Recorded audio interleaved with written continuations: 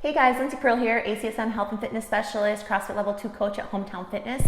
So let's talk about dietary fat today, how to choose good fats over bad fats, and the power of omega-3s. So the message behind fats is a confusing one, and that's mainly because fats were to blame for decades for the obesity epidemic and for heart disease. I think we can all remember the 90s low-fat craze, where everything was low-fat and you could eat as much as you want. Oh, it's low-fat? Let me eat the entire box. I'm not gonna gain weight. When in all actuality, the fat was replaced with refined carbs and sugar.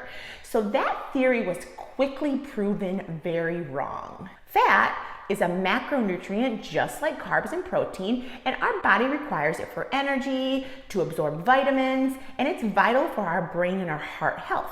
Fat is our highest energy macronutrient, being that 1 gram, whether it's saturated or unsaturated, contains 9 calories per gram as opposed to carbs and protein, which are only 4. Bad fats, such as trans fats and saturated fats, are guilty of all the unhealthy things that fats get blamed for. Clogged arteries, increased risk for diseases, weight gain. Our good fats, like our polyunsaturated and monounsaturated fat and omega-3s, have quite the opposite effect. Those are vital for our health. They help improve our mood, they help battle fatigue, they help prevent the risk of disease, and they help control your weight when you're trying to lose weight or maintain your weight.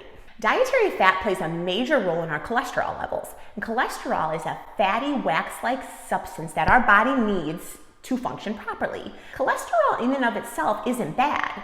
It's increased levels of cholesterol that can cause health risks. Just like fat, there are good and bad types of cholesterol. So your LDL cholesterol is your bad cholesterol, and your HDL cholesterol is your good cholesterol. The key is you want to keep your LDL levels low and your HDL levels high, and that's going to protect against heart disease and stroke. If you get your LDL levels high and your HDL levels low, that's when you're at an increased risk for cardiovascular disease, clogged arteries, and all those negative health effects. So rather than the amount of cholesterol that you eat, it's more important that you focus on eating those good fats over those bad fats. So since fat is such an important part of our healthy diet, adopting a low-fat diet isn't necessary. It's more important to focus on getting those healthy fats over those unhealthy fats.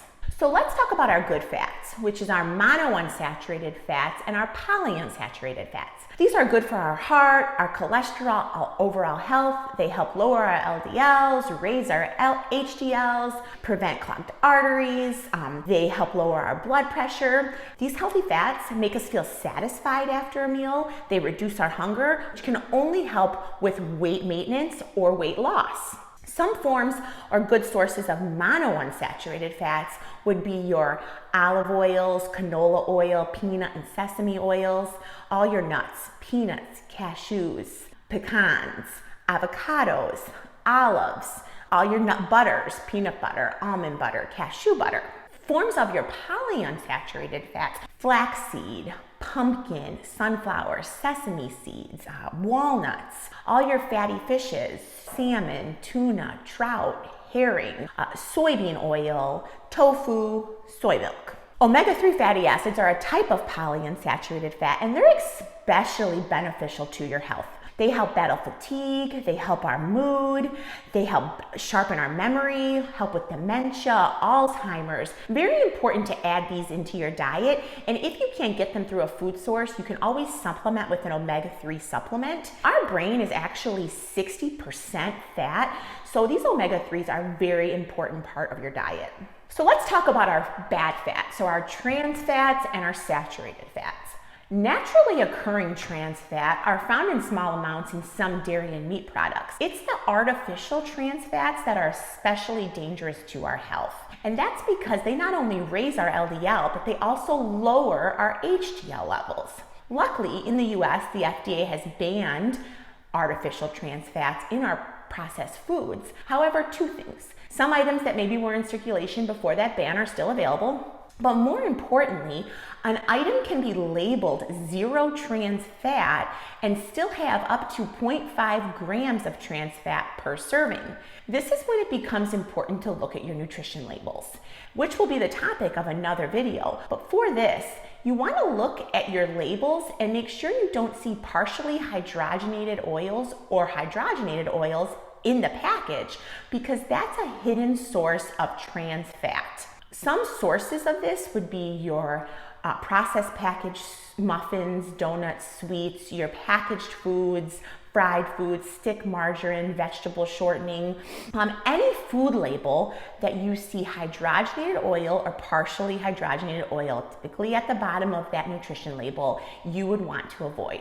Saturated fat, while not as harmful as trans fat, still can raise your LDL level, and you want to limit it in your diet. You don't need to completely avoid it, but it should be limited to about 10% of your daily calories. Saturated fat includes things like your red meat, so your pork, lamb, beef, your whole fat, milk and cheese, cream, butter, ice cream, lard, chicken skin, any of your tropical oils, so palm oil, coconut oil. These are things, again, that should be limited, but don't need to be avoided. So how much fat do you need? About 20 to 35% of your daily calories should come from fat. So if you're eating a 2,000 calorie diet, that's about 400 to 700 calories, which equates to about 44 to 78 grams of fat per day. On average, based on age, activity level, goals, just like anything else.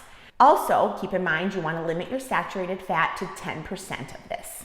So some tips for adding healthy fats into your diet and reducing those bad fats, if you don't want to get caught up in all of those numbers, things like limiting your red meat. If you're a big red meat eater, maybe replacing your red meat with some leaner cuts of meat like poultry, fish, turkey, replacing your whole milk and cheese and yogurt with the low fat or fat-free versions, eating omega-3 fats every day. So using your canola oils, your flaxseed oil, adding flaxseed to your smoothies. Cook with olive oil instead of butter.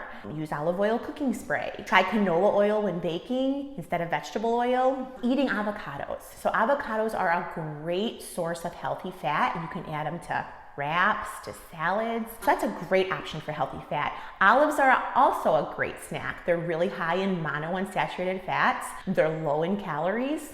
Great to have on hand. Incorporating those nuts and nut butters, either adding them, to your smoothies or your toast or on top of anything, obviously, but putting nuts in your salads. I like to ground up nuts in my breadcrumb to add it to my chicken and my fish. Also, commercial salad dressings. So a good way to add healthy fats, commercial salad dressings are usually full of added sugar and fat. So making your own with your own olive oil or sunflower oil and adding in spices and vinegars, great way to incorporate healthy fats throughout the day. So hopefully you found this information helpful. Don't forget to like and comment on what you'd like to see more of in the future, and follow us along at Instagram and YouTube at Hometown Fitness.